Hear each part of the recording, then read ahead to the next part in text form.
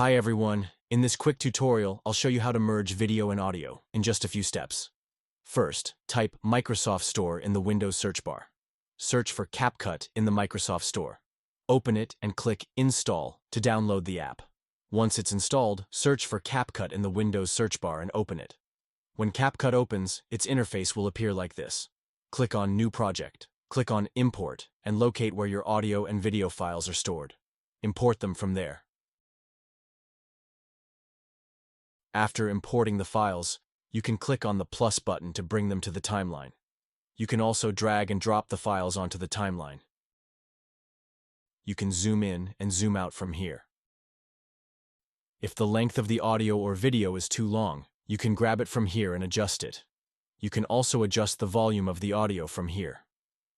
When your work is complete, click on Export. Here, you can change the file name. Set the location where you want to save the video. You can also adjust the resolution from here. After setting everything, click on Export.